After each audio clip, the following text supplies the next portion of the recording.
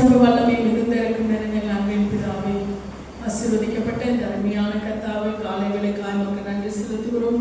இந்த காலை பொழுது உடைய கிருபையின் பிரசன்னம் எங்களோடு கூட இருந்து உடைய வார்த்தைகளை எங்களுக்கு வெளிப்படுத்தும்படியாக ஜெபிக்கிறோம். எங்கள் மீட்பரும் ரட்சகருமாய் இருக்கிற இயேசு கிறிஸ்துவின் நாமத்திலே ஜெபிக்கிறோம் எங்கள் ஜீவனுள்ள நல்ல பிதாவே, ஆமென். நாம் எடுத்து வாசிக்கலாம் சங்கீதங்களின் புஸ்தகம் 102:13. சங்கீதம் 102:13.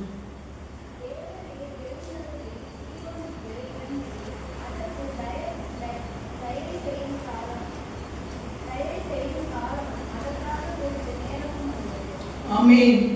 தேவரீர் எழுந்தருளி சீயோனுக்கு தயை செய்தீர். ஹல்லேலூயா. நீர் அதற்கு தயை செய்யும் காலமும் அதற்காக குறித்த நேரமும் வந்தது. ஹல்லேலூயா.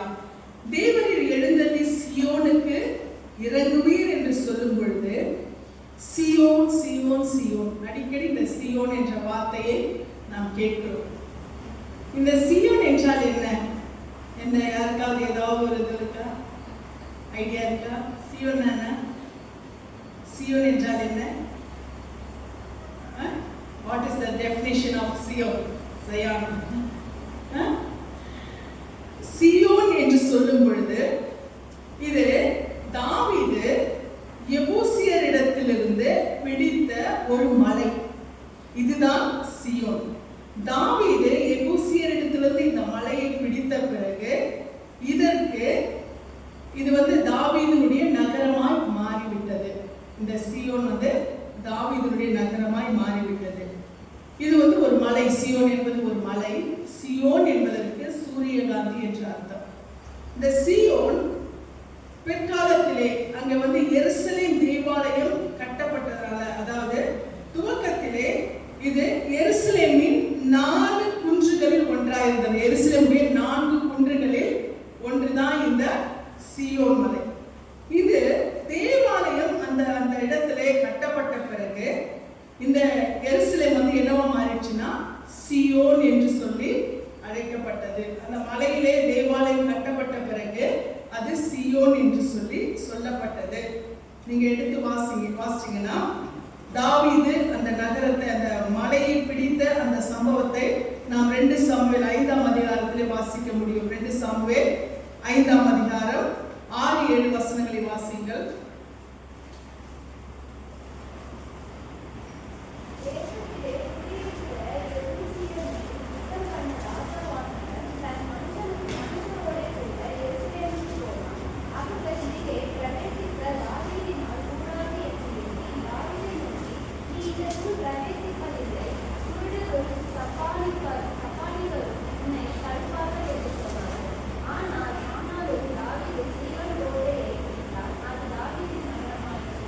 ஹல்லேலூயா.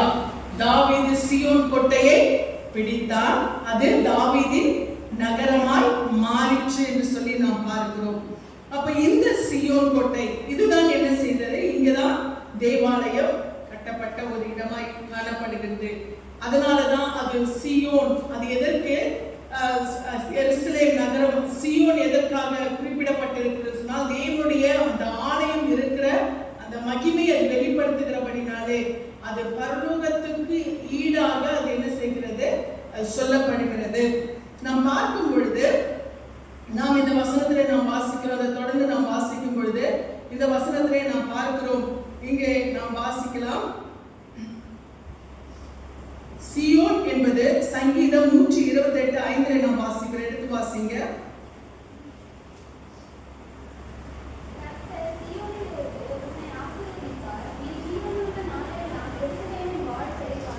ஆமென். சங்கீதம் 128:5 என்ன சொல்லியிருக்கிறது? கர்த்தர் சீயோனிலிருந்து உன்னை ஆசீர்வதிப்பார், நீ ஜீவன் உள்ள நாளெல்லாம் எருசலேமின் வாழ்வை காண்பாய். சீயோன் என்று சொல்லும் பொழுது நாம் சீயோன், இங்கே இந்த இஸ்ரவேல் தேசத்தில் அதை பார்க்கும் பொழுது சீயோன் என்பது என்னவா இருக்கிறது? அது தேவாலயம் கட்டப்பட்ட ஒரு இடமா இருக்கிறது. அதனால சீயோனிலிருந்து சொல்லப்பட்டிருக்கிறது. ஆனால் இந்த பரலோகத்துக்கு ஒப்பிட்டு சொல்வது ஆண்டவர் பரலோகத்திலிருந்து உன்னை ஆசீர்வதிப்பார் என்ற அந்த வார்த்தைக்கு அர்த்தமாய் அது சீயோன் என்று சொல்லப்பட்டிருக்கிறது. நீ ஜீவனுள்ள நாளெல்லாம் எருசலேமின் வாழ்வை காண்பாய் என்று சொல்லும் பொழுது நான் சொன்னேன், எருசலேம் 4 குன்றுகளால் சூழப்பட்ட ஒரு நகரம். 4 குன்றுகள் அதை சூழ்ந்திருக்கிறது. எப்படியா எருசலேம் வந்து அந்த 4 குன்றுகளும் அதை சுற்றிலுமாய் சூழ்ந்து பாதுகாத்துக் கொண்டிருக்கிறதோ, பகைவர்கள் உள்ளே நுழையாதபடிக்கு, தாக்காதபடிக்கு அந்த எருசலேம் அந்த 4 குன்றுகளால் சூழப்பட்டிருக்கிறதோ, அப்படியாய் கர்த்தர் என்ன செய்வாராம்? நம்மை அவர் என்ன செய்ய போகிறார்? ஆசீர்வதிக்கிறவராய். அதனாலதான் சொல்லிருக்கு, நீ ஜீவனுள்ள நாளெல்லாம் எருசலேமின் வாழ்வை காண்பாய் என்று சொன்னால், உன் ஜீவனுள்ள நாளெல்லாம் எருசலேம் எப்படியாய் மலைகளால் சூழப்பட்டு, குன்றுகளால் சூழப்பட்டு பாதுகாக்கப்பட்டு கொண்டிருக்கிறதோ, அப்படியாய் கர்த்தர் நம்மை ஜீவனுள்ள நாளெல்லாம் அந்த எருசலேமை போல கர்த்தர் நம்மை பாதுகாக்க போகிறார். அல்லேலூயா. அந்த எருசலேமின் பாதுகாப்பை கர்த்தர் நமக்கு கொடுத்து நம்மை நடத்துகிறவராய் இருக்கிறார் என்று சொல்லி நாம் பார்க்கிறோம். அப்ப ஜீவன் உள்ள நாளெல்லாம் அந்த எருசலேமின் பாதுகாப்பு நமக்கு கர்த்தர் கொடுக்க போகிறவராய் இருக்கிறார். அப்ப நமக்கு ஆண்டவர் இந்த கிருபைகளை நமக்கு கொடுக்கும்படி, அதான் அந்த சங்கீதம் 120 பார்க்கணும், ஒரு ஆசீர்வாதம் உள்ள சங்கீதம். கர்த்தருக்கு பயந்த வழிகளில் நடக்கிறவன் எவனோ அவன் பாக்கியவான். யாருக்கு இந்த பாக்கியம் கிடைக்கப்பட்டிருக்கிறது? கர்த்தருக்கு பயந்த வழிகளில் நடக்கிறவர்களுக்கு கர்த்தர் இந்த பாதுகாப்பையும் இந்த பாக்கியத்தையும் ஆண்டவர் கொடுத்திருக்கிறார். அப்ப இந்த தேவாலயம் கட்டப்பட்ட இந்த எருசலேம் நகரம் அது சீயோனாய் அழைக்கப்படுகிறது என்று சொல்லி நாம் பார்க்கிறோம். இங்கே பார்க்கும் பொழுது நாம் ஏசாயா 54 அதிகாரத்திலே 8 to 10 வரைக்கும் வாசிக்கலாம். ஏசாயா 54 8 to 10.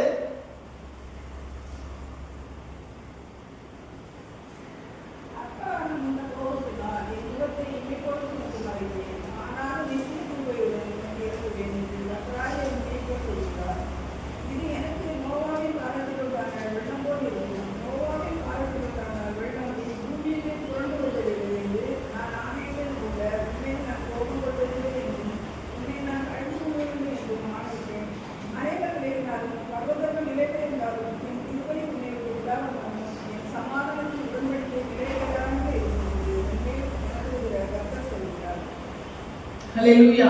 இங்கே நாம் பார்க்கும் பொழுது, அற்பகால மூண்ட கோபத்தினால் என் முகத்தை இமைப்பொழுதில் உனக்கு மறைத்தேன். இமைப்பொழுது உனக்கு நான் என்ன பண்ண? மறைத்தேன் என்று சொல்லி கர்த்தர் சொல்லுகிறார். சீயோனுக்கு இங்கே தயசையின் காலமும் கர்த்தர் தேவன் எழுந்தள்ளி சீயோனுக்கு இறங்குவேன் என்று சொல்லும் பொழுது, அப்ப அதற்கு முன்பாக ஏதோ ஒரு இருண்ட சூழ்நிலை சீயோனுக்கு உண்டாயிருக்கிறது. இந்த சீயோன் என்று சொல்லும்போது எருசலேம், கர்த்தர் இந்த எருசலேம் இஸ்ரவேல் ஜனங்களுடைய மீறுதலினாலே, தேவனுக்கு அவர்கள் கோபத்தை உண்டாக்குற ஜனங்களாய் காணப்பட்டபடினாலே கர்த்தர் அதை என்ன செய்தார்? பகைவர்களிடத்திலே எருசலேம் என்ன பண்ணிட்டாரு? ஒப்பு கொடுத்து விட்டார். அதுதான் ஆண்டவருடைய வசனம் சொல்லுது, அற்பமான காலம் மூண்ட கோபத்தினாலே, அற்ப காலம் மூண்ட கோபத்தினால் என் முகத்தை இமைப்பொழுது உனக்கு மறைத்தேன். இமைப்பொழுது என்ன பண்ணாரா? மறைத்தேன் என்று சொல்லுகிறார். ஆனாலும் அவருடைய உருக்கமான இரக்கம், நித்திய கிருபையுடன் உனக்கு இறங்குவேன் என்று கர்த்தராகிய உன் மீட்பர் சொல்லுகிறார். ஆண்டவர் நித்திய கிருபையினாலே நமக்கு இறங்குகிறார். அதாவது இஸ்ரவேலுக்கு அந்த எருசலேம் நகரத்துக்கு இறங்கினார். இங்க நாம் பார்க்கும் பொழுது இந்த எருசலேம் என்று சொல்லும் பொழுது, சீயோன் என்று சொல்லும் பொழுது, அது இஸ்ரவேல் ஜனங்களுக்கும் அது என்ன பண்ணுகிறது? எருசலேம் நகரத்தின் ஜனங்களுக்கும் அது ஒப்பிட்டு சொல்லப்படுகிறது. அதனாலதான் ஆண்டவர் சொல்லுகிறாரு, எருசலேமே பார்த்து ஆண்டவர் என்ன பண்றாரு? அழுகிறார். என்ன சொல்லிட்டு ஆண்டவர் கடைசியா சிலுவையிலே அறையப்படுகிறதுக்கு முன்பாக எருசலேம் நகரத்தை பார்த்து ஆண்டவர் கண்ணீர் வடிக்கிறார். உனக்கு கிடைச்ச இந்த காலத்திலாகிலும் நீ என்ன பண்ணிருக்கலாம்? மனம் திரும்பிருக்கலாமே. கோழித்தன் குஞ்சுகளை செட்டைகளை அமைக்கிறது போல எத்தனையோ தடவை நான் உன்னை என்ன பண்ண? சேர்த்துக்கொள்ள சித்தமா இருந்தேன், ஆனா நீதான் என்கிட்ட வரல. எருசலேமை பார்த்து கர்த்தர் சொல்லுற, இயேசு கிறிஸ்து சொல்லுகிறார். ஏனென்றால் இயேசு கிறிஸ்து இறங்கி வந்த பிறகு கூட அவங்க என்ன சொல்றாங்க? அந்த எருசலேம் நகரத்துக்கு, அந்த இஸ்ரவேல் ஜனங்களுக்கு இதை விட கர்த்தர் தெய்வமே இறங்கி வந்து ஒரு கிருபையை பாராட்டவே முடியாது. அந்த அளவுக்கு அநேக கிருபைகளை அவர் பாராட்டினார். தேவனே தம்முடைய மகிமையை அவர் துறந்து இந்த பூமியிலே மனிதனாய் வெளிப்பட்டார். ஆனாலும் அந்த ஜனங்கள் என்ன செய்யல? அந்த அன்பை அவர்கள் புரிந்து கொள்ளாதபடினால எத்தனையோ தடவை நான் உனக்கு இறங்கினேன் என்று சொல்லுகிறார். அப்படித்தான் நீங்க நான் பார்க்கும் பொழுது ஆண்டவருடைய கோபம் அந்த எருசலேமிலே சீயோன் மீது இறங்கினபடினாலே அவர்கள் என்ன செய்தாரா? பகைவர்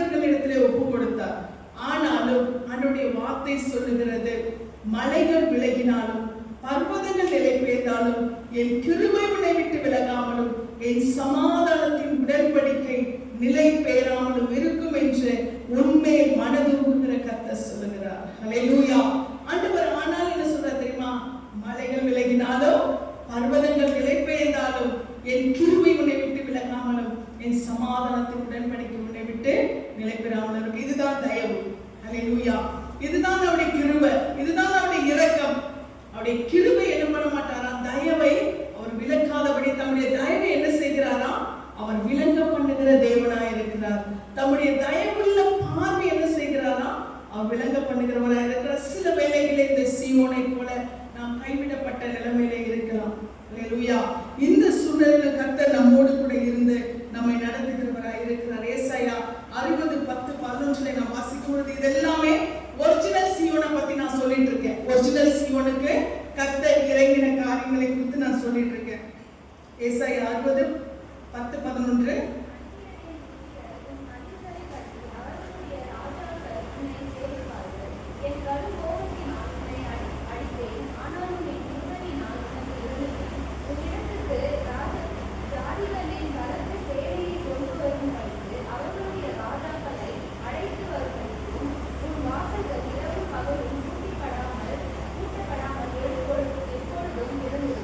இங்கே சொல்லும் பொழுது அதேதான் ஆண்டவருடைய அந்த கோபத்தின் கரம் நீட்டப்பட்ட பொழுது அங்கே எருசலேமுக்கு ஆண்டவர் எருசலேம் ஜனங்களுடைய எருசலேமுக்கு ஆண்டவருடைய கோபம், எருசலேமுக்குள்ளே இருக்கிற ஜனங்களுக்கு, அந்த சீயோன் ஜனங்களுக்கு கர்த்தர் தம்முடைய கோபத்தை வெளிப்படுத்தும் பொழுது ஆண்டவர் சொல்கிறார், அந்நியரின் புத்திரர் உன் மதில்களை கட்டி அவர்களுடைய ராஜாக்கள் உன்னை சேவிப்பார்கள் அப்படின்னு சொல்லிட்டு ஆண்டவர் என்ன பண்றாரு?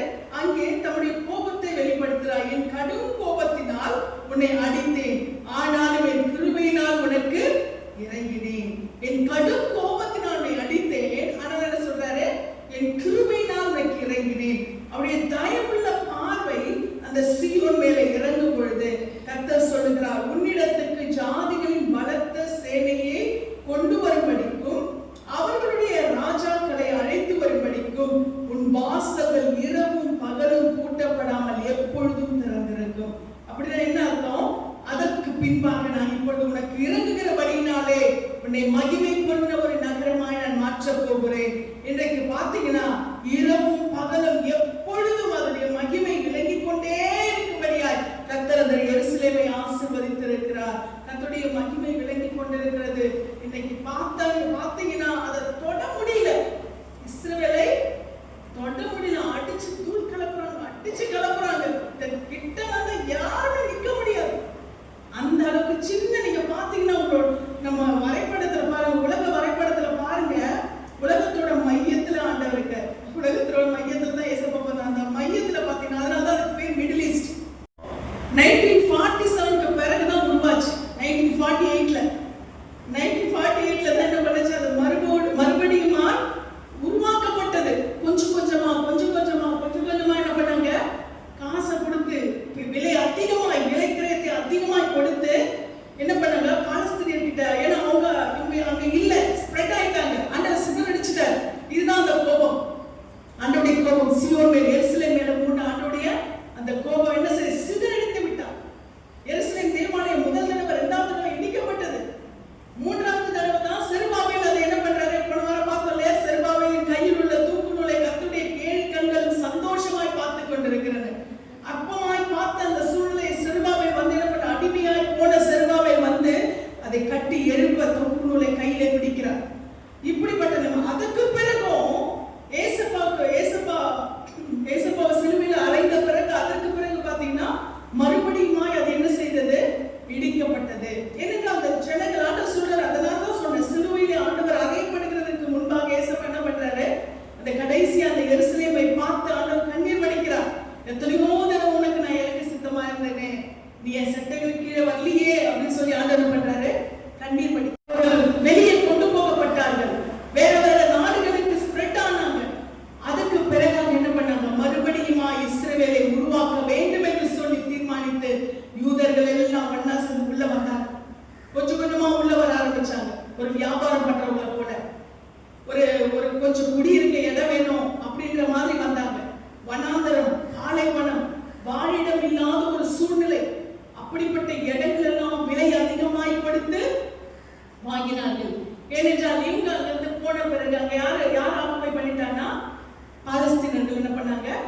ஆக்குபை பண்ணிட்டாங்க. இந்த இடத்துல போய் அவங்க கிட்ட இருந்து கொஞ்சம் கொஞ்சமா கொடுத்து அதிக பணத்தை கொடுத்து வாங்கும்போது அவங்க நினைச்சாங்க, முட்டா பசங்க இதை போய் என்ன பண்றாங்க, ஒண்ணுக்குமே பெறாத ஒரு காடை போய் என்ன பண்றாங்க, இவ்வளவு பணம் கொடுத்து வாங்குறாங்க. ஆனா பிளான் எல்லாமே என்னது, எவ்வளவு விலைக்கிரயம் கொடுத்தாலும் என் தேசத்தை நான் திரும்ப பெற வேண்டும், நான் திரும்ப கட்டப்பட வேண்டிய தேவன் சொல்லியிருக்கிறார், சீயோனை கட்டுவேன் என்று சொல்லி இருக்கிறார். அல்லேலூயா. மறுபடியும் நாங்கள் இங்கே எழும்ப வேண்டும் என்று சொல்லி கொஞ்சம் கொஞ்சமா அதை அழகா காட்டுறாங்க. அவங்க ஸ்ப்ரெட் அவுட் ஒரு புள்ளி மாதிரி ஸ்டார்ட் பண்றாங்க. அப்படியே கொஞ்சம் கொஞ்சமா இடங்களை வாங்கி அப்படியே பரவுகிறாங்க. அப்படியே பரவி பாத்தீங்கன்னா இன்னைக்கு அவனுக்கு என்ன பண்றாங்க, என்னடா எங்களை வெள்ளான்னு விட்டீங்களேன்னு இப்ப சண்டை போட்டுட்டு இருக்காங்க. அந்த அளவுக்கு இவங்க என்ன பண்ணாங்க, எல்லாத்தையும் பணம் கொடுத்து தான் வாங்கினாங்க. பணம் கொடுத்து வாங்கி ஆண்டவர் அங்கே ஆளுமையை கர்த்தர் கொடுக்கிறார். மறுபடியும் சீயோனை கட்டி எழுப்புகிறார். ஆண்டவருடைய அந்த அற்ப காலம் உண்ட கோபம், கொஞ்ச காலம் அவங்க மேல அந்த கோபம் கர்த்தர் என்ன பண்ணாரு, அவங்களை அங்கிருந்து துரத்தி எடுத்து ஸ்ப்ரெட் பண்ணாரு. ஆனால் மறுபடியும் உள்ளே வந்து ஆண்டவர் என்ன பண்றாங்க, திரும்பவும் வசனம் எப்படி அழகா நிறைவேற்று பாருங்க. இன்னைக்கு பாத்தீங்கன்னா சின்ன ஒரு இடம், ஆனா ஒருவனும் தொட முடியவில்லை. ஆண்டவர் அவ்வளவு பவர்ஃபுல்லா மாத்திட்டாரு. அமெரிக்கா பிரசிடென்ட் சொல்றாரு, எவனாவது இஸ்ரவேல் மேல கைய வச்சீங்க தொலைச்சிங்க. எல்லாத்துக்கும் பஞ்சாயத்து பண்றது அதுதான். ஆனா அவங்க என்ன பண்றாங்க, நாம் ஒருவேளை உலகத்தின் பார்வையில என்னன்னா இப்படி அடிக்கிறாங்களே, இப்படி எல்லாரையும் அட்டாக் பண்றாங்க நாம நினைக்கலாம். ஆனால் ஆண்டவருடைய வார்த்தை அது, உன்னை தொடுகிறவன் என் கண்ணின் மணியை தொடுகிறான். அல்லேலூயா. அவர் ஜனங்களை தொட ஒரு நாள் ஆண்டவர் விட மாட்டார். இன்றைக்கு ஆவிக்குரிய இஸ்ரவேலரை நாம் இருக்கிறோம். அல்லேலூயா. எப்படியா இஸ்ரவேல் ஒரு சின்ன தேசமா இருந்தாலும் அது அவ்வளவாய் கர்த்தர் பாதுகாக்கிறோம். அதே போல ஒரு சின்ன கூட்டமா இருந்தாலும் கர்த்தர் நம்ம மேல் நம்முடைய கண்களை வைத்திருக்கிறார். அல்லேலூயா. நம்மை பாதுகாக்கிறவராய் இருக்கிறார். கர்த்தர் சீயோனுக்கு இறங்குகிறவர். அங்கே அவர்கள் சீயோனாய் இருக்கிறார்கள், இங்கே நாம் சீயோனாய் இருக்கிறோம். அல்லேலூயா. நாம் ஆவிக்குரிய இஸ்ரவேலராய், ஆவிக்குரிய சீயோனாய் இருக்கிறோம். ஆமென். அந்த இஸ்ரவேலருக்கு, அந்த சீயோனுக்கு கர்த்தர் எப்படி இறங்குகிறாரோ அதே போல கர்த்தர் நம்மை கிருபையாய் இறங்கி நம்மை நடத்துகிறவராய் இருக்கிறார். நீங்க பாத்தீங்கன்னா ஒருவேளை இன்றைக்கு சூழ்நிலை நமக்கு ஒரு என்ன சொல்ல, ஒரு இருண்ட காலம் போல தோணலாம். அதுதான் சொல்லியிருக்க ஆண்டவருடைய வசனமா, ஆதார வசனத்தை நாம் பார்த்தோம். தேவரீர் எழுந்தருளி சீயோனுக்கு இறங்குவீர். அல்லேலூயா. அந்த சூழ்நிலையை கர்த்தர் என்ன பண்றாரா, அப்படியே மாற்றுகிறார். அவர் இனி நான் எழுந்திருப்பேனா, இனி என் சூழ்நிலை மாறுமாற்ற நிலைமையில நாம் இருக்கலாம். ஆனால் கர்த்தருடைய கிருபை நம்ம இருக்கிறது. அல்லேலூயா. அந்த மாறாத கிருபை நம்மை நடத்தக்கூடியதா இருக்கிறது. நாம் இந்த வேளை பார்க்கும்போது அந்த தயவை நாம் மீது வெளிப்படுத்துகிறவராய் இருக்கிறார். பார்த்தோம், தேவரின் எழுந்தருளி சீயோனுக்கு இறங்குவே, அதற்கு தயவு செய்யும் காலமும் அதற்காக குறித்த நேரமும் வந்தது. அல்லேலூயா. நாம் இந்த தயவு, அந்த தயவு செய்கிற இந்த காலத்தை நாம் பார்க்கும் பொழுது சங்கீதம் 35 நாம் பார்க்கிறோம். சங்கீதம் 35 எடுத்து வாசிக்கலாம். சங்கீதம் 35.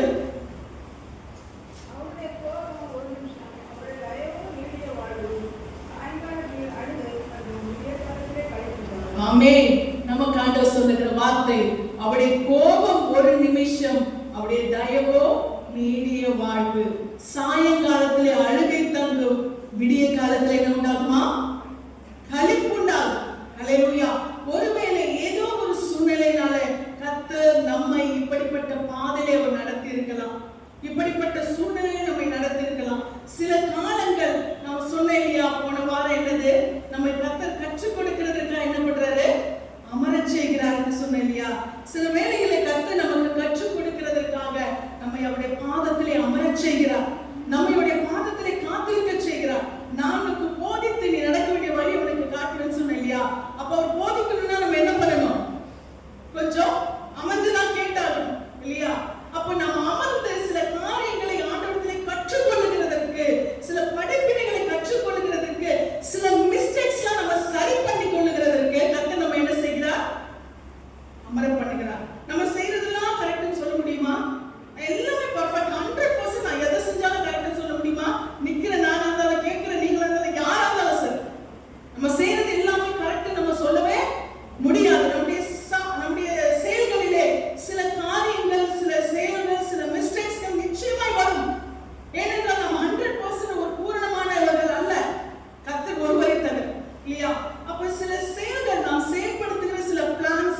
சில திட்டமிடுதல்கள், இதுல என்ன இருக்கும்? சில காரியங்கள், சில தவறுதல்கள், சில மிஸ்டேக்ஸ்கள் என்ன பண்ணுகிறது? வருகிறது. அப்பொழுது கர்த்தர் என்ன செய்கிறார் தெரியுமா? அதெல்லாம் சரி பண்றதுக்கு நம்ம என்ன செய்கிறார்? அமர வைக்கிறார், கற்றுக் கொடுக்கிறார். நம்ம என்ன செய்யணும்னு சொல்லி நமக்கு என்ன பண்றாரு? டீச் பண்றாரு. இதெல்லாம் இப்படி எல்லாம் பண்ணு, இதெல்லாம் எடு, இந்த மிஸ்டேக்லாம் சரி பண்ணு, அப்ப எல்லாமே சரியாகும். ஹல்லேலூயா.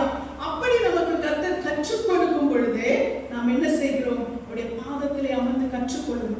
அநேக காரியங்களை நாம் சீர்படுத்துகிறதுக்கு கர்த்தர் நமக்கு என்ன செய்கிறார்? அதற்கான வழிகளை அவர் காண்பிக்கிறார். அதனாலதான் நாம் இந்த வசனத்திலே நாம் வாசித்தோம். மறுபடியும் வாசிக்கலாம். 30:5 சங்கீதம் 30:5 அவருடைய தயவோ, ஆமென் ஆமென், அவருடைய கோபம் என்னதான்? ஒரு நிமிஷம். சில காரியங்கள் என்ன பண்ண, ஒரு கொஞ்ச காலம் என்ன பண்றாரு? நம்ம சில சூழ்நிலைகளுக்கு அனுமதித்து நமக்கு சில பாடங்களை அவர் என்ன பண்றாரு? கற்றுக் கொடுக்கிறார். சில பாடங்கள் சொல்ல உட்கார வச்சு கத்துக்கிறது மட்டும் இல்ல, சில பிராக்டிகல் டீச்சிங் நமக்கு ஆண்டவர் என்ன பண்றாரு? பிராக்டிகலா சில காரியம், பிராக்டிகல் லைஃப்ல நமக்கு கற்றுக் கொடுக்கிறார். சில அனுபவங்கள், சில சூழ்நிலைகள், சில காரியங்களை நமக்கு தட்டி செதுக்கி சீர்படுத்தி, சில காரியங்களை நம்ம என்ன பண்ணுவாங்க? சில இறக்கங்கள் வரும், சில இறங்குகிற சூழ்நிலைகள் வரும், சில அவமதிப்புகள் வரும், சில நிந்தைகள் வரும். இதெல்லாம் என்னது? பிராக்டிகல் லெசன் நமக்கு. ஹல்லேலூயா. ஆனா நமக்கு வெறும் வேதத்துல மட்டும் இல்ல, நமக்கு பிராக்டிகலாவும் என்ன பண்றாரு? அநேக காரியங்களை நமக்கு கற்றுக் கொடுக்கிறார். அப்படி கற்றுக் கொடுக்கும் பொழுது நாம் காத்திருக்க வேண்டும். அதுதான் ஆண்டவருடைய வார்த்தை சொல்லுகிறது. அவருடைய கோபமோ ஒரு நிமிஷம். கற்றுக் கொடுக்கிறதற்காக சில வேளைகளை கர்த்தர் காணாதவர் போல, மறைந்திருக்கிறவர் போல அநேக காரியங்களை நமக்கு அனுமதிக்கிறார். ஆனால் அவருடைய தயவு எப்படிப்பட்டதா? நீடிய வாழ்வு. ஹல்லேலூயா. இதை நான் ஷார்ட்டா சொல்றேன், அதை சொல்லிட்டே போலாம். ஆமென். நீதி என்று சொல்லும்போது அவருடைய தயவுக்கு முடிவே இல்லை. ஒரு கொஞ்சம் ஷார்ட் டைம் தான், அது கூட அவர் சந்தோஷமா அனுமதிக்க மாட்டார். போடாமா, ஹெல்ப் பண்ணிடலாமா, என் பிள்ளை கொஞ்சம் கஷ்டப்படுது, கொஞ்சம் ஹெல்ப் பண்ணலாமா, கொஞ்சம் சப்போர்ட் பண்ணலாமா, அந்த கை துடிக்கும், அந்த கால் துடிக்கும். ஆனாலும் இல்லை இல்லை இல்லை, கொஞ்சம் விடுவோம், கொஞ்சம் விட்டு பார்ப்போம், கொஞ்சம் விட்டுட்டு என்ன பண்ணலாம்? அதுக்கப்புறமா நம்ம என்ன பண்ணலாம்? நம்முடைய தயவை வெளிப்படுத்தலாம். ஏன்னா இரக்கமுள்ள தகப்பன். அதனாலதான் அவருடைய கோபத்தை ஒரே ஒரு நிமிஷம் மட்டும் தான் காட்டுறாரு. ஆமென். அவருடைய கோபத்தை எவ்வளவு நாள் காட்டுறாரு? ஒரு நிமிஷம் மட்டும் தான். ஆனா அந்த தயவை எவ்வளவு நாள் காட்டுறாரா? நீடிய வாழ்வு, முடிவே இல்லை. ஹல்லேலூயா. அவருடைய கோபத்தின் சில கைவிடப்பட்ட சூழ்நிலைகள், சில பிராக்டிகல் லெசன்ஸ் நம்ம கத்துக்கொள்ளும் பொழுது நம்ம என்ன பண்ணணும்? ஆண்டவர், நீங்க எனக்கு கற்றுக் கொடுக்குறீங்கப்பா, எனக்கு கற்றுக் கொடுக்குறீங்க, நீங்க கற்றுக் கொடுக்குறீங்க, நான் கேட்கிறான்னு சொல்லி நம்ம என்ன பண்ணணும்? ஒரு பாதத்திலே சில சூழ்நிலைகளை நம்ம என்ன பண்ணணுமா? ஒரு பாதத்திலே அமர்ந்து கொள்ள வேண்டும். அவன் நடத்துதலுக்கு நம்ம விட்டு கொடுக்க வேண்டும். அதற்கு பின்பாக பார்த்தீங்கன்னா அவருடைய தயவு நீடிய வாழ்வு. எப்படியா எருசலேமை ஆண்டவர் மறுபடியும் கட்டி இஸ்ரவேலை மகிமைப்படுத்தி இஸ்ரவேலுக்கு தலைநகரமாய் ஆண்டவர் எருசலேமை என்ன பண்ணாரு? நிலைநிறுத்தி இப்பொழுது வைத்திருக்கிறாரோ, அந்த மாதிரி ஆண்டவர் நம்மையும் தலை நிமிரச் செய்வார். எருசலேம் அது இருக்கிற இடம் தெரியாம போயிடுச்சு, எதிரிகள் கையில சிக்கிக் கொண்டது. ஆனால் கர்த்தர் மறுபடியும் அதை இஸ்ரவேலுக்கு தலைநகராய் மாற்றி விட்டார். இதே ட்ரம்ப் தான் என்ன பண்ணாரு? எருசலேமை இஸ்ரவேலுக்கு தலைநகரா டிக்ளேர் பண்ணார். ஹல்லேலூயா. அப்ப இந்த எருசலேமை கர்த்தர் என்ன பண்றாரா? எப்படியாய் கட்டி எழுப்பினார். சியோன், எருசலேம், சியோன் எல்லாமே ஒண்ணுதான். அப்ப ஆண்டவர் எப்படியாய் கட்டி எழுப்பினாரோ அப்படியாய் கர்த்தர் நம்மையும் உயர்த்தி நிறுத்துவார். ஹல்லேலூயா. நாம் பாடினோம்ல அந்த வரிகள் அவ்வளவு அழகானவைகள். திரும்ப திரும்ப திரும்ப போட்டு கேட்ட அந்த பாட்டை நான் எப்படின்னா, அந்த எப்படி பேழை எப்படியா இருந்துச்சா? பேழை சுற்றிலும் ஜலங்கள், சுற்றிலும் தண்ணீர். ஆனால் அந்த தண்ணீர்ல அந்த பேழை என்னாகல? மூழ்கி போகல. அவ்வளவு தண்ணி, முழுமையான தண்ணி. அவ்வளவு தண்ணீரும் அதை சுற்றிலுமாய் அமிழ்த்துகிற தண்ணீர் வந்தது. ஆனால் அந்த அமிழ்த்துகிற தண்ணீர்ல இந்த பேழை அமிழ்ந்து போகல. நோவாவின் பேழை அமிழ்ந்து போகல. மேல மேல மேல மேல எழும்புது. ஹல்லேலூயா. எத்தனை நெருக்கடிகள், எத்தனை சோதனைகள், எத்தனை போராட்டங்கள் வந்தாலும் ஆண்டவர் நம்மை உயர்த்தி நிறுத்துவார். ஹல்லேலூயா.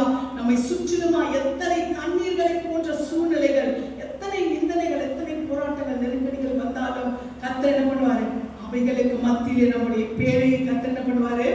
உயர்த்தி நிறுத்துவார். உயர்ந்த பேழை எங்க போய் நின்னுச்சு தெரியுமா? எங்க போய் நின்னுச்சு சொல்லுங்களேன். ஆதியாகமத்தை படிச்சிருக்கீங்க, சொல்லுங்க. எங்க போய் நின்னுச்சு அந்த பேழை? மலை மேல. ஹல்லேலூயா. அரராத் என்ற மலை மேல் நின்றது. ஆமென்.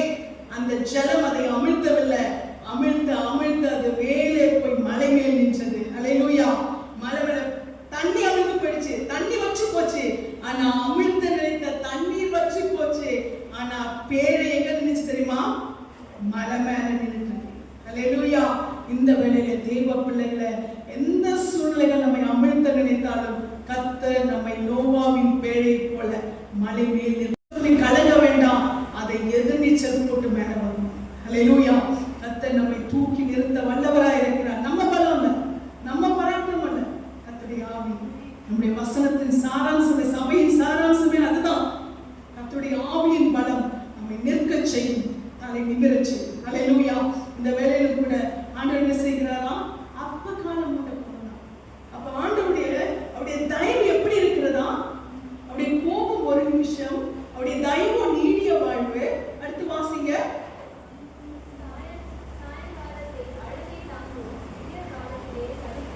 சாயங்காலத்திலே அழுகை தங்கும், விடியற் காலத்திலோ களிப்புண்டாகும். சாயங்காலம் வரைக்கும் தான் அழுக, காலையில வரைக்கும் தொடராது.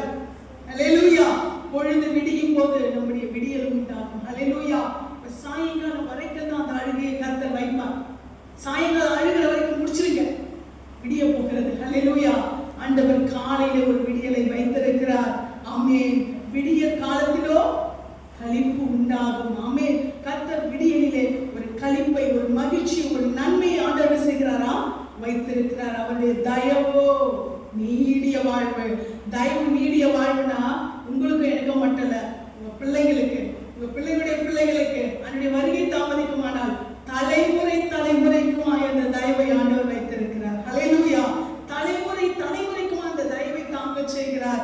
தலைமுறை தலைமுறைக்குமாய் நம்மை உயர்த்தி நிறுத்த அவர் வல்லவராய் இருக்கிறார். ஹல்லேலூயா. ஆமென். அப்படிப்பட்ட தயவை அவர் நம் மீது வைத்திருக்கிறபடினாலே அந்த தயவுக்காக நாம் கர்த்தருக்கு நன்றிகளை செலுத்துவதாய் நாம் காணப்பட வேண்டும். நாம் அதே போல நாம் வாசிக்கும் பொழுது ஏசாயா எரேமியா 30:17 நாம் வாசிக்கிறோம். எரேமியா 30:17.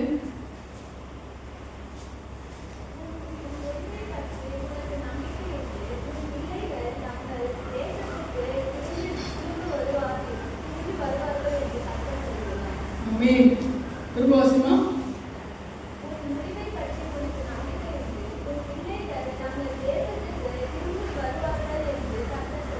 ஆமென். முடிவை பற்றி உனக்கு நம்பிக்கை உண்டு. ஹல்லேலூயா. உன் முடிவை பற்றி உனக்கு நம்பிக்கை உண்டு. தேவ பிள்ளைகளுக்கு ஆண்டவர் தம்முடைய நம்பிக்கையை வைத்திருக்கிறார். ஹல்லேலூயா. நம்முடைய ஆண்டவர், அதாவது தேவனுடைய பிள்ளைகளுக்கு ஒரு நம்பிக்கை இருக்கும். என்னுடைய முடிவு, நீ நீதிமானை நோக்கி செம்மையானவனை கவனித்திருப்பாயானால் அவனுடைய முடிவு, சொல்லுங்க, ஃபில் பண்ணுங்க, அவனுடைய முடிவு, நீ நீதிமானை நோக்கி செம்மையானவனை கவனித்திருப்பாயானால் அவனுடைய முடிவு ஆமென் சமாதானம். ஹல்லேலூயா. அவனுடைய முடிவு சமாதானம். அப்போ உன் முடிவை குறித்து உனக்கு நம்பிக்கை உண்டு. வசனம் சொல்லுது. ஹல்லேலூயா. நம்முடைய முடிவை குறித்து ஆண்டவர் அந்த வசனத்தை ஏற்கனவே ஃபில் பண்ணிட்டார்.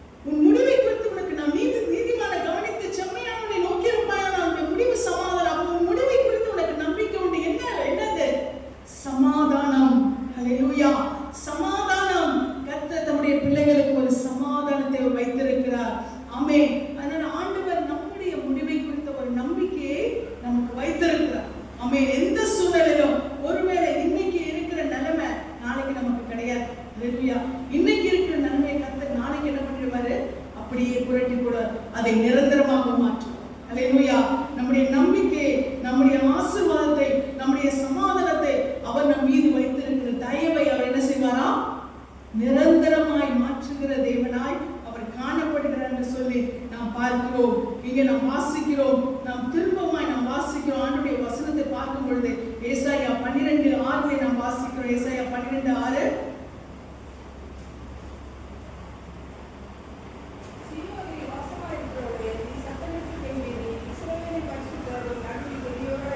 சீயோனில் வாசமாய் இருக்கிறவளே சத்தமிட்டு கெம்பீரி, இஸ்ரவேலின் பரிசுத்தர் உன் நடுவில் எப்படியா இருக்கிறார்? பெரியவராய் இருக்கிறார். ஹல்லேலூயா. சீயோனில் வாசமாய் இருக்கிறவள் சொன்னால் சீயோன் என்பது என்னது? அங்கே எருசலேம் இருந்த தேவாலயம் இருந்த இடம் சீயோனா இருந்துச்சு. இங்கே தேவனுடைய ஆலயம் சீயோனா இருக்கிறது. இந்த சீயோனிலே வாசமாய் இருக்கிற தேவ பிள்ளைகளே, இந்த சபையிலே வாசமாய் இருக்கிற தேவ பிள்ளைகளே, என்ன பண்ணுங்க? சத்தமிட்டு கெம்பீரி. ஆமென்.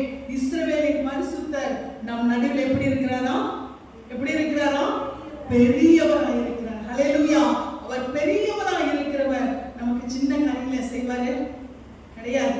அவர் சக்திக்கு எது பெருசோ அதைதான் செய்வார் இல்லையா? அப்ப அவருடைய சக்திக்கு அவர் பெரியவர்னா பெரிய காரியங்களை தான் நமக்கு என்ன பண்ணுவாரு? செய்வார். ஒரு அப்பா என்ன கெப்பாசிட்டி இருக்கோ தன் பிள்ளைங்களுக்கு அதை விட பெருசா தான் செய்வாங்க இல்லையா? தனக்கு என்ன கெப்பாசிட்டி இருக்கோ அதுக்கு அதை விட கம்மியா செய்ய மாட்டாங்க, அதை விட பெருசா எதிர்பார்ப்பாங்க. தன் பிள்ளைகள் அதை விட பெரிதா இருக்க வேண்டும், அதை விட பெருசா செய்யணும். அப்ப நம்ம அப்பா எவ்வளவு பெரியவர் இல்லையா? அப்ப அவர் பெரியவராய் இருக்கிறார். ஹல்லேலூயா. அவர் பெரியவராய் இருக்கும்போது நமக்கு எப்படிப்பட்ட காரியங்கள் செய்வாரு? என்ன செய்வார்? பெரிய காரியங்கள் தான் செய்வார். ஆமென். அப்ப நாம் அவர்கிட்ட சின்ன சின்ன அற்பமான காரியங்களுக்காக நம்ம உட்கார்ந்து அனுபவிக்க வேண்டியதில்லை. ஹல்லேலூயா.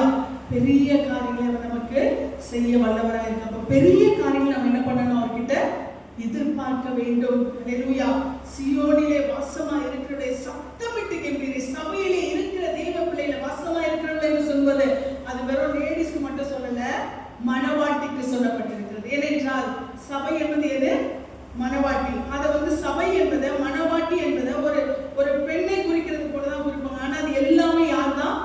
சபையிலே இருக்கிறவர்கள், சபையிலே ஒரு விசுவாசிகளா இருக்கிறவர்கள், ரட்சிக்கப்பட்டவர்கள், ஆண்டவரை இயேசு கிறிஸ்துவை தெய்வமாய் கொண்டிருக்கிறவர்கள், பரிசுத்த ஆவியின் கிருபைகளை பெற்றிருக்கிறவர்கள். அவங்க தான் யாரு? சீயோன். இங்க புதிய ஏற்பாட்டிலே, அங்க பழைய ஏற்பாட்டிலே பார்க்கும் பொழுது எருசலேம் சீயோனா இருந்தது. இங்க எது சீயோனா இருக்கிறது? எது சீயோன்? நாம தான் சீயோன். ஹல்லேலூயா. சபை தான் சீயோன் சபையா இருக்கிறது. அந்த சபையிலே நாம் என்னவா இருக்கிறோம்? வாசமா இருக்கிறோம். இந்த சபையிலே வாசமா இருக்கிற நாமும் என்னவா இருக்கிறோம்? நாமும் சபை இல்லையா? அப்ப கர்த்தர் நம்ம என்ன செய்கிறாரா? பெரிய காரியங்களை செய்யும்படியா கர்த்தர் நமக்கு கிரியை செய்கிறார். அப்ப சபையிலே வாசமா இருக்கிற மணவாட்டியே, தேவ ஜனமே, கர்த்தர் நடுவில் எப்படியா இருக்கிறாரு? பெரியவராக இருக்கிறார். விசுவாசிக்கிறார். கர்த்தர் எனக்கு பெரிய காரியங்களை செய்ய போறார். ஆமென். சொல்லுவோமா? கர்த்தர் எனக்கு பெரிய காரியங்களை செய்ய போகிறார். கர்த்தரின் குடும்பத்துக்கு பெரிய காரியங்களை செய்ய போகிறார். கர்த்தரின் சபைக்கு பெரிய காரியங்களை செய்ய போகிறார். ஆமென், ஆமென், ஆமென். ஹல்லேலூயா. இந்த வேளையில கூட கர்த்தர் நம்மை பெரிய காரியங்களை செய்கிறவராய் அவர் நடத்த போகிறார். இன்னொன்று நாம் பார்க்கும் பொழுது தேவனுடைய தயவு என்று சொல்லும் பொழுது நமக்கு இந்த பூமிக்குரிய நன்மைகளுக்கு மாத்திரம் அல்ல, உன்னதத்துக்குரிய ஆவிக்குரிய நன்மைகள் நமக்கு மிக முக்கியமாக இருக்கிறது. அதிலும் கர்த்தர் நமக்கு பெரிய காரியங்களை அவர் செய்ய போகிறார். எபேசியர் 2ஆம் அதிகாரம் 6-7 நாம் வாசிக்கலாம். எபேசியர் 2:6-7.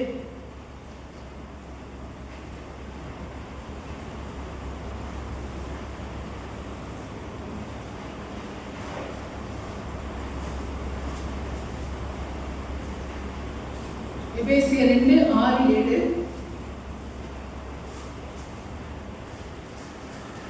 சீக்கிரமா வாசிக்கலாம்.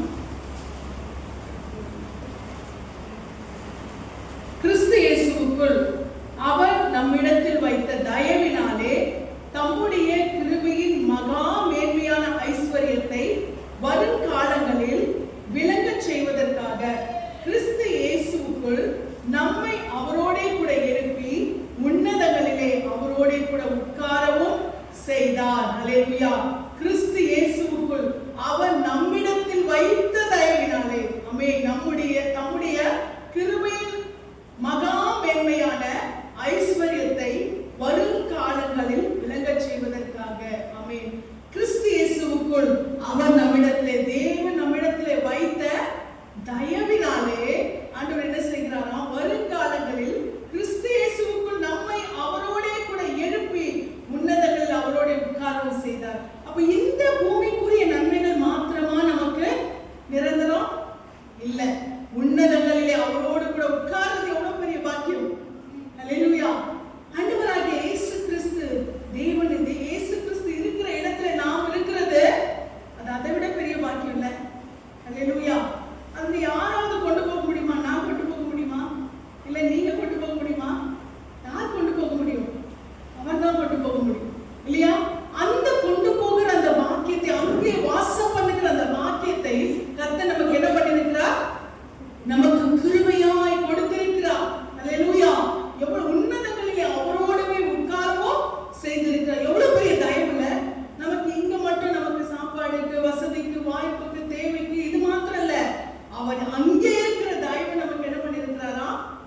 கொடுத்திருக்கிறார். கிறிஸ்து இயேசுக்குள்ள, இயேசு கிறிஸ்துவுக்குள்ளாய் நமக்கு அந்த தயவை பாராட்டி இருக்கிறார். அப்ப நமக்கு அந்த தயவு இங்க மட்டும் இல்ல, அங்க வரைக்கும் தொடரும். ஹல்லேலூயா. இந்த பூமியில மட்டும் இல்ல, நமக்கு எங்கே தொடர்ந்து? பரலோகத்திலும் நமக்கு அந்த தயவு தொடர்கிறது. ஆமென். நமக்கு இங்க வரைக்கும் நமக்கு வாழ்க்கையை கொடுத்து முடிச்சிட்டா, இதோட நம்முடைய வாழ்க்கை என்ன செஞ்சிடும்? முடிஞ்சிடும். முடிஞ்சு இங்க முடிஞ்சு போற வாழ்க்கை அடுத்து எங்க போயிடும் தெரியுமா?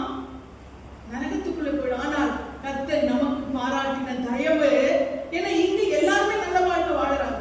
அநேக உலகத்துக்குள்ள இருக்கவங்க கூட என்ன பண்ணிட்டு இருக்காங்க? நல்ல கார் வச்சிருக்காங்க, பங்களா வச்சிருக்காங்க, வசதி இருக்கு, வாய்ப்பு இருக்கு. அப்ப அதுவா நிரந்தரம்? அது மட்டுமா தயவு? கிடையாது. நமக்கு முக்கியமான தயவு என்ன தெரியுமா? அவர் இருக்கிற இடத்துல நாம் செல்வது. ஆமென். அந்த தயவை கர்த்தர் என்ன செய்திருக்கிறார்? நமக்கு பாராட்டி இருக்கிறான்னு சொன்னால் அது நமக்கு கிடைத்த ஒரு மிகப்பெரிய பாக்கியம் இல்லையா? அது நமக்கு கிடைச்ச மிகப்பெரிய கிருபை இல்லையா? அப்ப அந்த தயவை நமக்கு கொடுத்திருக்கிறார். அப்ப இந்த பூமியிலும் கர்த்தர் நமக்கு தயவு பாராட்டி நமக்கு அங்கேயும் நித்தியத்திலும் அவரோட கூட உட்காருகிற அந்த கிருபைகளை, அந்த தயவை ஆண்டவர் நமக்கு கொடுத்திருக்கிறார் சொல்லும் பொழுது, நாம் இந்த ஆவிக்குரிய தயவுக்காக நாம் இன்னும் அதிகமாய் கர்த்தரை பற்றி கொள்ள வேண்டும். நமக்கு இந்த பூமிக்குரிய நன்மைகளுக்கு மாத்திரம் ஆண்டவருக்கு சந்தோஷத்தை தரணும், நன்மையை தரணும், செல்வத்தை தரணும், ஆரோக்கியத்தை தரணும். இதெல்லாம் என்ன பண்ணும்? நம்மோடு கூட முடிஞ்சிடும். ஆனால் கிறிஸ்துவோடு கூட எப்பொழுதும் நிரந்தரமா இருக்கிற அந்த பாக்கியம் நமக்கு கிடைக்கணும்னா நமக்கு முடிவு பரியந்தம் வருகிற அந்த தயவு, இயேசு கிறிஸ்துவோடு கூட உன்னதங்களில் இருக்கிற அந்த தயவு நமக்கு அது வேணும் இல்லையா? அந்த தயவுக்கு நம்ம என்ன பண்ணணும்? எப்பொழுதும் அவரையே நாடி கொண்டிருக்கணும், அவரை விடாமல் பற்றி கொண்டிருக்கணும், அன்பினை எப்பொழுதும் நிலைத்திருக்க வேண்டும். அல்லேலூயா. ஆண்டவரே, எனக்கு என்ன இருக்கோ நீங்க இருக்கணும், நீங்க என் கூட இருக்கணும், நீங்க என் கூட வரணும், நீங்க என் கூட வாழணும். நீங்க தான், நீங்க தான், நீங்க தான். எல்லாத்துக்கும் மேல நீங்க இருந்தா எனக்கு போதாது. அப்ப நம்ம முன்னே ஒண்ணுதான். நான் பல நேரங்களில் நான் சொல்லியிருக்கேன், உலகமே நமக்கு கூட சேர்ந்து நின்றுட்டு இருந்தாங்க, ஏசப்பா ஒருத்தர் நம்ம கூட இல்லைன்னா இந்த வாழ்க்கை ஜீரோ. ஹல்லேலூயா. உலகத்துல யார் வேணா எதிர்க்கட்டும், யார் வேணா தள்ளட்டும், யார் வேணா என்ன பேசணும், இன்னைக்கு நம்ம நிலைமை அதுதான். உலகத்தின் பார்வையிலே இன்னைக்கு சொந்த பந்தங்கள், உற்சாகம் எல்லாமே எப்படியா இருக்கும்? நம்ம சுற்றிலும் இருக்கிற சூழ்நிலை எது வேணாலும் நமக்கு என்னவா இருக்கும்? எதிராக இருக்கலாம். நம்ம ஏன் கேட்க கூட யாரும் இருக்க மாட்டாங்க. ஆனால் ஒன்னே ஒண்ணு, என் ஆண்டவர் என்னோடு கூட இருக்கிறார், என் கர்த்தர் என்னோடு கூட இருக்கிறார். இந்த உலகத்துல எந்த உறவுமே நிரந்தரம் இல்லை. ஆனால் ஒரே ஒரு உறவு, ஹல்லேலூயா, நம்மோடு கூட கடைசி வரைக்குமாய் வருகிற உறவு, நித்தியம் வரைக்குமாய் நம்மை சேர்க்கிற உறவு. ஹல்லேலூயா. நம்மோடு கூட ஒன்னே ஒண்ணுதான். நாம இந்த வார்த்தையில கான்பிடென்டா இருக்கணும். ஆண்டவரை யார் இருக்காங்க, நீங்க என் கூட இருங்கப்பா, நீங்க என் கூட இருங்கப்பா, நீங்க என்ன நடத்துங்க, நீங்க என்னோட கூட இருங்க. இந்த ஒரு நிச்சயம் நமக்கு இருக்க வேண்டும். இந்த ஒரு நம்பிக்கை நமக்கு இருக்குமானால் அது இம்மையிலும் நமக்கு பலத்தை கொடுக்கும், மறுமையிலும் நமக்கு நம்பிக்கை கொடுக்கும். ஹல்லேலூயா. அந்த நம்பிக்கையோடு கூட நம்முடைய ஒவ்வொரு நாள் ஜெபமாதான் பேசப்ப நீங்க என் கூட இருங்க, என் கூட இருங்க, என் கூட இருங்க. நீங்க இல்லைன்னா என்னால வாழ முடியாது ஆண்டவரே, நான் மறைச்சு போயிடுவேன் ஆண்டவரே, நான் நம்பிக்கையற்றவளா இருந்து ஆண்டவரே, நீங்க இருங்கப்பா, என் கூட நீங்க மட்டும் இருங்க. நீங்க இருந்தீங்கன்னா நான் எல்லாவற்றையும் சுதந்திரத்துக் கொள்வோம். ஹல்லேலூயா. அதுக்கு நம்ம யாருமே வேண்டாம், எனக்கு ஏசப்பா மட்டும் போதும் அப்படின்னு, அதாவது இருக்கிற உறவுகளை நமக்கு நம்பிக்கையான நம்மோடு கூட குடும்பத்தில் இருக்கக்கூடியதெல்லாம் வந்து தலை சொல்ல, எப்படிப்பட்ட சூழ்நிலை வந்தாலும், எந்த சூழ்நிலை வந்தாலும் ஒரே ஒண்ணுதான், ஏசப்பாவுடைய உறவு என்றைக்கும் நிரந்தரம். அந்த நம்பிக்கை நம்ம வச்சிருக்கணும். மனுஷ உறவுகள் நமக்கு என்னது? செகண்டரி. அது என்னது? அவருக்கு அடுத்தது என்ற ஒரு நினைவுக்குள்ள நம்ம என்ன பண்ணணும்? எப்பொழுதும் இருக்க வேண்டும். அப்ப நாம அந்த எப்பொழுது ஏசப்பா எனக்கு எல்லாவற்றிலும் கூட இருங்கன்ற அந்த நம்பிக்கையை நாம் வைக்கும் பொழுது கர்த்தர் எல்லாவற்றிலும், எல்லா சூழ்நிலைகளும் நமக்கு துணை நின்று அவர் நடத்த வல்லவராய் இருக்கிறார். நாம் கடைசியான வசனத்தை வாசித்து முடிப்போம். தீத்து 3ஆம் அதிகாரம் 4-5 வசனங்களை நாம் வாசிக்கலாம். தீத்து 3:4-5, புதிய ஏற்பாட்டிலே 296வது பக்கம்.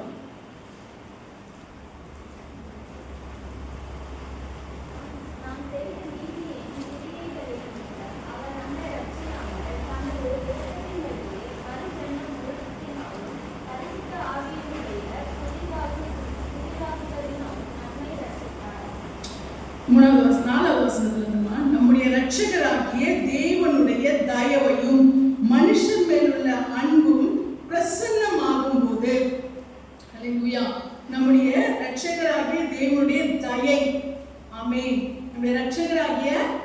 தேவனுடைய தயையும் மனுஷர் மேலுள்ள அன்பும் பிரசன்னமாகும் போது நாம் செய்த நீதியின் கிரியைகள் நிமித்தம் அவர் நம்மை ரட்சியாமல், அல்லேலூயா, அவருடைய தயவு நம் மேல பிரசன்னமாகும் போது. தயவு என்றால் என்ன? கிரேஸ், கிருபை. தகுதி இல்லாத சூழ்நிலையிலும் நமக்கு அந்த தயவை, அந்த இரக்கத்தை வெளிப்படுத்துகிறது. அப்போ அவருடைய தயவு நம் மீது பிரசன்னமாகும் போது நாம் செய்த நீதியின் கிரியைகளின் நிமித்தம் அவர் நம்மை ரட்சியாமல், நாம் செஞ்ச நீதினால அவர் என்ன பண்ணலையா, நம்ம ரட்சிக்கலையா. அம்மா நீ ரொம்ப தானம் பண்ணிருக்க, அதனால நான் உனக்கு என்ன பண்றேன், என் ரட்சிப்பை கொடுக்கிறேன், உனக்கு மட்டும் என் ரத்தத்தை சிந்துறேன். நீ ரொம்ப நல்ல புள்ள, அதனால நான் என்ன பண்றேன், உனக்கு மட்டும் என் ரத்தத்தை சிந்துறேன்.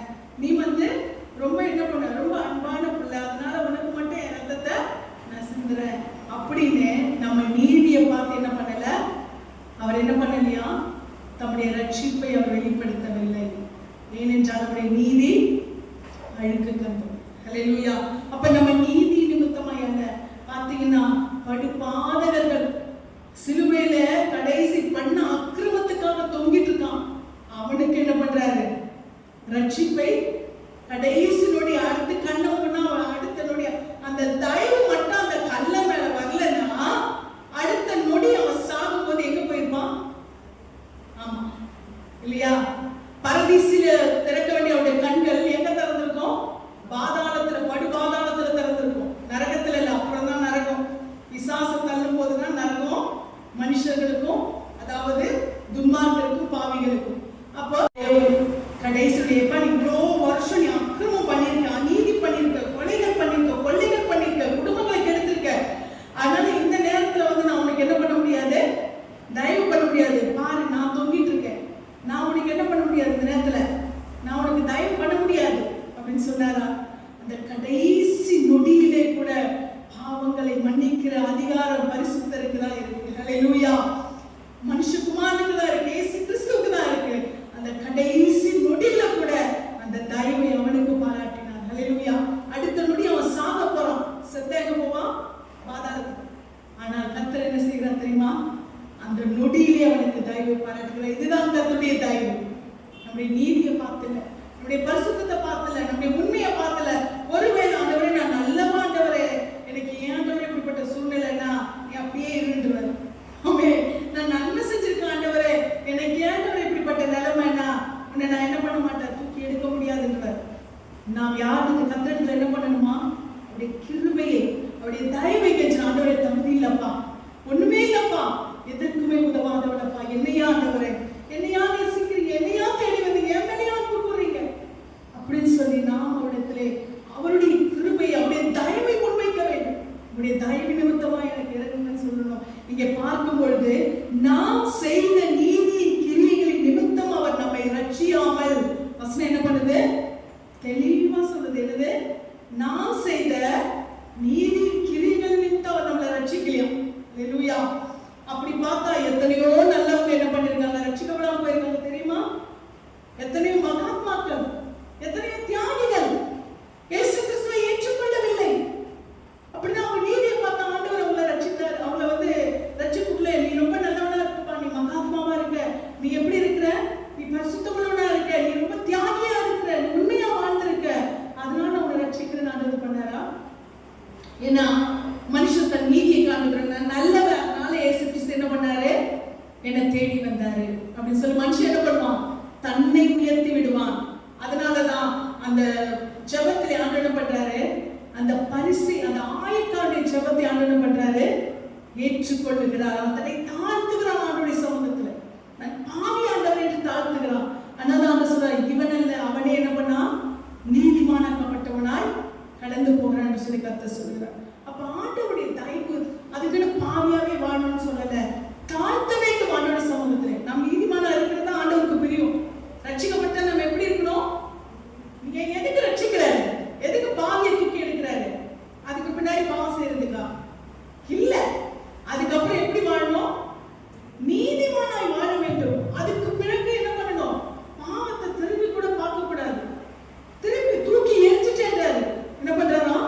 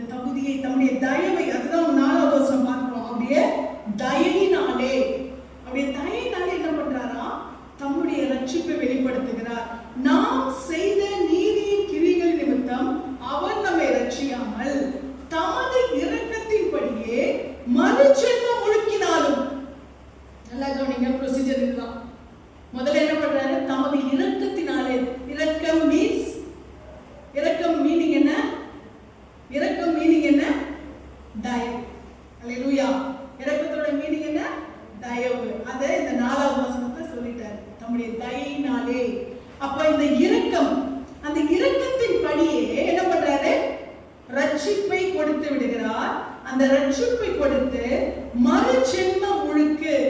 முதலாவது என்னது?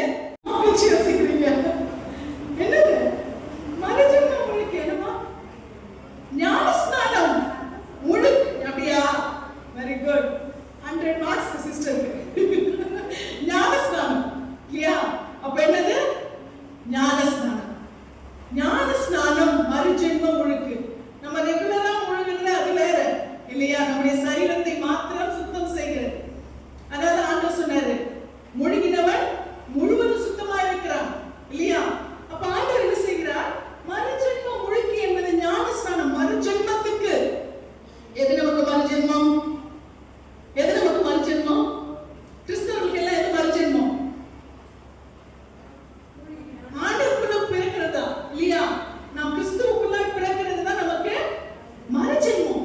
நம்ம அம்மா வயிற்றிலிருந்து பிறக்கிறது ஒரு பிறப்புன்னா, நாம் ரட்சிக்கப்பட்டு முழுகி ஞானஸ்நானம் எடுக்கிறது இன்னொரு பிறப்பு. அதுதான் நான் பல தடவை சொல்லியிருக்கேன். நீங்க சொல்லுங்க அடிக்கடி, எனக்கு ரெண்டு பிறப்பு ஒரு மரணம். அல்லேலூயா. ஏசப்பா வரலனா இல்லையா? ஏசப்பா வந்து கூட்டிட்டு போயிட்டா நமக்கு அந்த மரணம் கூட கிடையாது. ஆமென். அது நீங்க சொல்லுங்க. என்ன மூணாவது ஸ்டெப்? மஸ்ட். என்னது? பரிசுத்த ஆவியின் புதிதாக்குதல். ஏனென்றால் அந்த பரிசுத்த ஆவியை நம்ம என்ன பண்றாரு? நாளுக்கு நாள் நம்ம என்ன செய்கிறாரா? அவர் புதிதாக்குகிறார். ஆமென். பரிசுத்த ஆவியை என்ன பண்றாரு? நம்ம நாளுக்கு நாள் கற்றுக் கொடுக்கிறாரா? கண்டித்து உணர்த்துகிறாரா? நம்ம ஒவ்வொரு நாளும் கற்றுக் கொடுத்து கொண்டே இருக்கிறாரா? இன்னைக்கு இருக்கிற நம்முடைய அந்த பிரேயர் ஃபெலோஷிப் டெய்லி ஒரு டீச்சிங். அல்லேலூயா. டெய்லி ஒரு வார்த்தை, டெய்லி ஒரு கற்றுக் கொடுப்பு. ஆமென். கர்த்தர் எனக்கு அந்த வார்த்தை வெளிப்படுத்த எனக்கு ஆச்சரியமா இருக்கும். ஆண்டவரே, எவ்வளவு அழகா நீங்க ஒவ்வொரு நாளும் நீங்க கற்றுக் கொடுத்து கொண்டிருக்கீங்க சார்.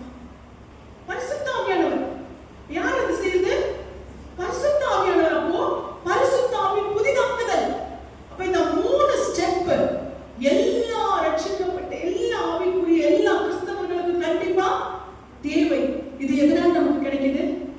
எதனால கிடைக்குது? நான் நீதிமான் அதனாலயா? நான் பரிசுத்தம் உள்ளவள் அதனாலயா? நான் பிறப்பிலே கிறிஸ்தவள் அதனாலயா? நான் நல்ல வளர்ப்பு வளர்ந்திருக்கேன் அதனாலயா? எதனால? எதனால? தயவு. ஆமென். தயவு, தயவு, தயவு. அல்லேலூயா. அவருடைய தயவினாலே அவர் நம்மை ரட்சித்திருக்கிறார். அவர் நமக்கு மறுஜென்ம முழுக்கை கொடுத்திருக்கிறார். அவர் நமக்கு பரிசுத்த ஆவியின் புதிதாக்குதலை நமக்கு கொடுத்திருக்கிறார்.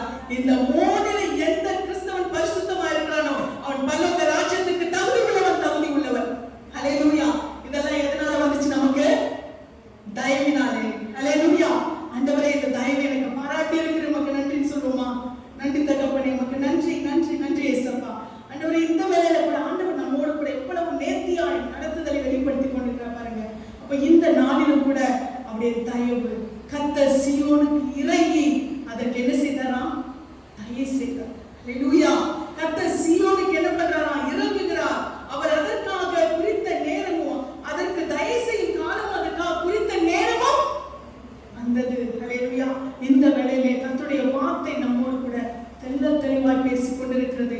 இம்மைக்கும் மறுமைக்கும் அவருடைய தயவு நமக்கு எவ்வளவா இருக்கிறது என்பதை இந்த வேளையிலே கர்த்தருடைய ஆவியானவர் நமக்கு தெளிவாய் பேசியிருக்கிறார்.